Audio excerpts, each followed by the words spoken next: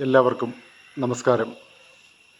നാം എപ്പോഴും രാഷ്ട്രീയവും നാടകീയവുമായ പല രംഗങ്ങൾക്കും സാക്ഷിയാകാറുണ്ട്.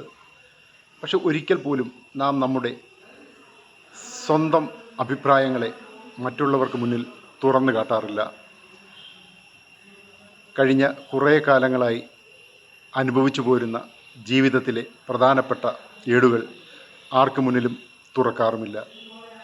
അഥവാ തുറന്നാൽ തന്നെ നാം അതിനെയൊക്കെ വളരെ വിപുലീകരിച്ച് ക്രോഡീകരിച്ച് മറ്റുള്ളവരുടെ മുന്നിൽ അവതരിപ്പിക്കാറുണ്ട്. പക്ഷേ കഷ്ടതകൾ നിറഞ്ഞ ഒരു മലയാളിയുടെ അനുഭവം നാം എപ്പോഴും ഓർമ്മയിൽ വെച്ചാൽ മുന്നോട്ടുള്ള ജീവിതം സുഖകരമാകും എന്ന് തന്നെ വിശ്വസിക്കുക.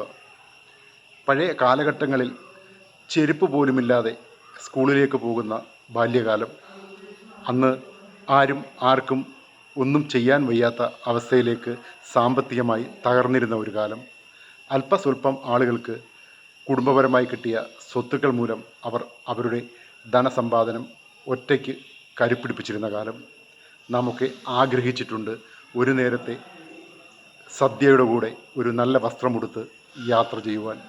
പക്ഷെ അതിനൊന്നും കഴിയാതിരുന്ന നമ്മുടെ മാതാപിതാക്കൾ ഒരു നേരത്തെ അരിഹാരത്തിന് വേണ്ടി അവർ കഷ്ടപ്പെട്ട ആ നന്മയുടെ കാലം, അത് ഇന്ന് നാം വിസ്മൃതിയിലേക്ക് മായ്ച്ചു കളഞ്ഞിരിക്കുന്നു. പക്ഷേ ഒരിക്കലും മറക്കാത്ത ആ കാലഘട്ടം, ജോലിയില്ലാതിരുന്ന കാലഘട്ടം, പാവപ്പെട്ടവർ എന്ന് തരം തിരിച്ചിരുന്ന കാലഘട്ടം, ജന്മിമാരുടെ മുന്നിൽ താഴ്ന്നവർക്ക് ജീവിക്കാൻ കഴിയാതിരുന്ന ഒരു കാലഘട്ടം. പക്ഷേ അന്ന് ജാതിയോ മതമോ ഒന്നും എൻ്റെ മുന്നിൽ ഞാൻ കണ്ടിട്ടേയില്ല എന്ന് തന്നെ പറയാം. ഒരു തരത്തിൽ പറഞ്ഞാൽ ആ നന്മയുള്ള മുഖങ്ങൾ നാം എന്നേ മറന്നുപോയിരിക്കുന്നു. ഇന്ന് സ്വന്തം ജാതി പറഞ്ഞ് അവകാശങ്ങൾ നേടിയെടുക്കുന്ന, സാമ്പത്തികമായി ഉന്നതിയിൽ നിന്ന ചിലരുടെ ഉയർന്ന ജീവിത രീതിയെ വാനോളം പുകഴ്ത്തുന്ന ചിലരുടെ കാലഘട്ടത്തിലേക്ക് നാം വഴുതി വീണിരിക്കുന്നു.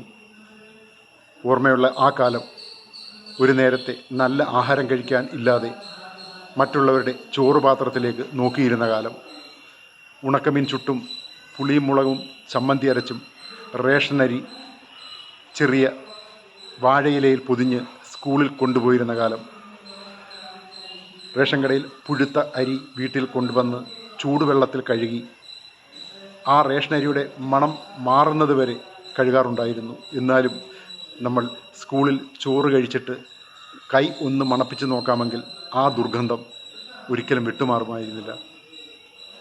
അതുപോലും കഴിച്ചിരുന്ന, പുഴുവെടുത്ത അരി കഴിച്ചിരുന്ന ഒരു കാലം, റേഷനെ ആശ്രയിച്ചിരുന്ന ഒരു കാലം, ചെരുപ്പുകളില്ലാതെ മഴ നനഞ്ഞ് വാഴയിലയും അതുപോലെ തന്നെ ചേമ്പിൻ്റെ ഇലയുമൊക്കെ തലയിൽ മറച്ചു പിടിച്ച് മഴ നനയാതെ ഓടിപ്പോയിരുന്ന ഒരു കാലം, കൂടെ മേടിക്കാൻ പണമില്ലാതിരുന്ന കാലം, പുസ്തകത്തിന് ഒരു കവറിടാൻ പൈസയ്ക്ക് വേണ്ടി അലഞ്ഞിരുന്ന കാലം, മനോരമ വീക്കിലിയുടെയും മംഗളത്തിൻ്റെയും റഷ്യയിൽ നിന്ന് വന്ന ചില മാഗസിനുകളുടെയൊക്കെ പൊതികൾ പുസ്തകത്തിൽ പൊതിഞ്ഞ് ചോറുകൊണ്ട് ഒട്ടിച്ചിരുന്ന കാലം, അത് ഒരിക്കലും മറക്കുവാൻ കഴിയില്ല. ജോലിയില്ലാത്ത ആ കാലത്ത് ഉള്ള സ്ഥലത്ത് ചേനയും ചേമ്പും മുതിരയും ഒക്കെ നട്ടിരുന്ന ആ നല്ല കാലത്ത് നമുക്ക് രാവിലെ കഴിക്കാൻ ഒരു നേരത്തെ ചീനി പുഴുങ്ങിയതോ ചേമ്പ് പുഴുങ്ങിയതോ കിഴങ്ങ് പുഴുങ്ങിയതോ ഒക്കെ തിന്നിരുന്ന കാലം, ഇതൊക്കെ എങ്ങനെ മറക്കാൻ സാധിക്കും? ഒറ്റമുണ്ടുടുത്ത് കോളേജിൽ പോകുമ്പോൾ ചെരുപ്പ് പോലുമില്ലാതെ അത് തിരിച്ചും മറിച്ചും ഉടുത്തിരുന്ന കാലം, ചില സംഘടനയ്ക്ക് വേണ്ടി മുഴുവൻ സമയ പ്രവർത്തനത്തിലേക്ക് തിരിയുന്ന ആ സമയത്ത് ഒറ്റ ഉടുപ്പും ഒരു മുണ്ടും ആയി തലസ്ഥാന നഗരിയിലൂടെ നടന്നിരുന്ന കാലം എങ്ങനെ മറക്കുവാൻ കഴിയും? നാം ഇന്ന് നല്ല വസ്ത്രങ്ങളും നല്ല ആഹാരങ്ങളും കഴിക്കുമ്പോൾ ഒരു നേരം നാം ആ പഴയ കാലഘട്ടത്തിലേക്ക് ഒന്ന് തിരിഞ്ഞു നോക്കണം. അതൊക്കെ കാണാൻ കഴിയുന്നത് ഇന്ന് ചില ആധ്യാത്മിക രംഗങ്ങളിൽ മാത്രം. വന്ന വഴിയുടെ മറവി ഒരിക്കലും മറ്റുള്ളവരുടെ പൂമുഖത്തേക്ക് ആനയിക്കാതെ ആ വാക്കുകളെ മറ്റുള്ളവരുടെ മുന്നിൽ തുറന്നു കാട്ടുന്ന മഹാത്മാക്കളുടെ പുതിയ കാലം, പണക്കാരുടെ സമ്പന്നരുടെ ഒക്കെ വീട്ടിലെ അതിഥികളായി എത്തുമ്പോൾ നമ്മെ എങ്ങനെയാണ് അവർ സ്വീകരിക്കുന്നത് എന്ന് നോക്കിക്കാണുന്ന കാലം, പാവപ്പെട്ടവൻ്റെ വീട്ടിൽ ഒരു കൂരയിൽ ചെന്ന് ഒരു നേരത്തെ ആഹാരം അവരോടൊപ്പം കഴിക്കുമ്പോൾ അവർ നമ്മളോട് ആചരിക്കുന്ന ആതിഥ്യ മര്യാദയുടെ കാലം, ഇതൊക്കെ മറന്നുകണ്ട് ഒരു ജീവിതം സാധ്യമാണോ എന്ന് ചിന്തിക്കുക. പുതിയ തലമുറയ്ക്ക് എപ്പോഴും കാണാൻ കഴിയാത്ത, അല്ലെങ്കിൽ ഓർത്തെടുക്കാൻ കഴിയാത്ത, നമ്മൾ പറഞ്ഞു കൊടുക്കുന്ന കഥ മാത്രം ശ്രവിക്കുന്ന കാലം, റേഷൻ കടകളിലൂടെ അന്നത്തിന്, ഒരു നേരത്തെ ആഹാരത്തിന് എപ്പോഴും കണ്ണ് നട്ടിരുന്ന കാലം, ഇതാണ് നമ്മുടെ പോയി മറഞ്ഞ ആ പഴയ കാലം. ജോലിയില്ലാത്തവർ കൃഷിയിലൂടെയും അല്ലെങ്കിൽ ചിട്ടികൾ നടത്തിയും പാട്ടത്തിനെടുത്തും ചുമട് താങ്ങിയും ബീഡി തീർത്തും ഏർമാടക്കടകൾ നടത്തിയിരുന്ന കാലം, ഇതൊക്കെ നമ്മുടെ മാതാപിതാക്കൾ നമ്മെ പഠിപ്പിച്ചിരുന്നു. രാത്രിയിൽ ഒരു ഭാഗം കീറിയ പുതപ്പെടുത്ത് പുതച്ച് ചെറിയ മഴയുടെ അല്ലെങ്കിൽ വലിയ മഴയുടെ ആ തണുപ്പിനെ നമ്മൾ പ്രതിരോധിച്ചിരുന്ന ആ കാലഘട്ടം എങ്ങനെ മറക്കാൻ കഴിയും? രാഷ്ട്രീയവും അതുപോലെ ആധ്യാത്മികപരവുമായ വലിയ വലിയ വാചകങ്ങൾ മുഴക്കുന്ന നമുക്കൊക്കെ നമ്മുടെ പഴയ കാലഘട്ടം ഓർത്തെടുത്താൽ നല്ലത്.